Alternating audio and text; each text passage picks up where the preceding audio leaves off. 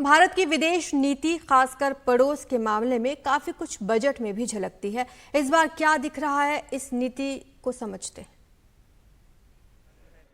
Budget में सिर्फ देश की आर्थिक दिशा ही नहीं बल्कि विदेश नीति की झलक भी साफ दिखती है। इस पर पड़ोस और किस देश के विकास के लिए बजट में कितना फंड अलग रखा गया, वो साफ दिखाता है कि पड़ोस और रणनीतिक महत्व सबसे अहम है। जरूरत और खर्चे के हिसाब से इस बार जिनके लिए फंडिंग बढ़ी है उनमें है नेपाल, जिसे 700 करोड़ मिला, पिछली बार से 150 करोड़ ज्यादा। श्रीलंका 245 करोड़, पिछली बार से 95 करोड़ ज्यादा।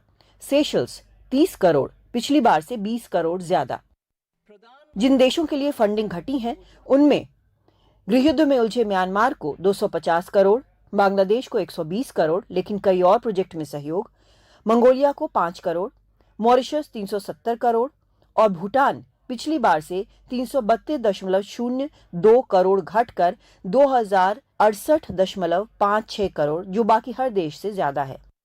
घटने का ये मतलब नहीं है कि भूटान का कहीं भी जो भूटान का महत्व है वो घटा है, क्योंकि अभी जब विदेश सचिव विक्रम मिस्री वहां पर गए थे तो दोनों साइड्स ने 61 प्रोजेक्ट्स क्लियर किए हैं, जिसमें जो कि जिसकी कुल कीमत जो है वो 4,998 करोड़ है।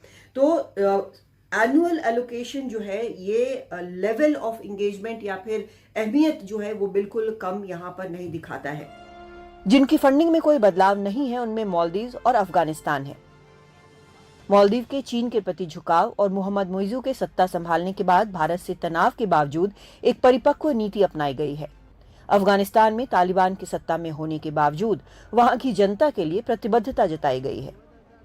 हालांकि इकोनॉमिक सर्वे ने एक चिंताजनक बात बताई और एक मुश्किल सलाह भी दी है। कहा है कि भारत को चीन से निवेश और निर्यात बढ़ाने की जरूरत है। 2020 की गलवान झड़प के बाद चीन की सेना बातचीत के बाद भी अपने पुराने ठिकानों पर नहीं लौटी है।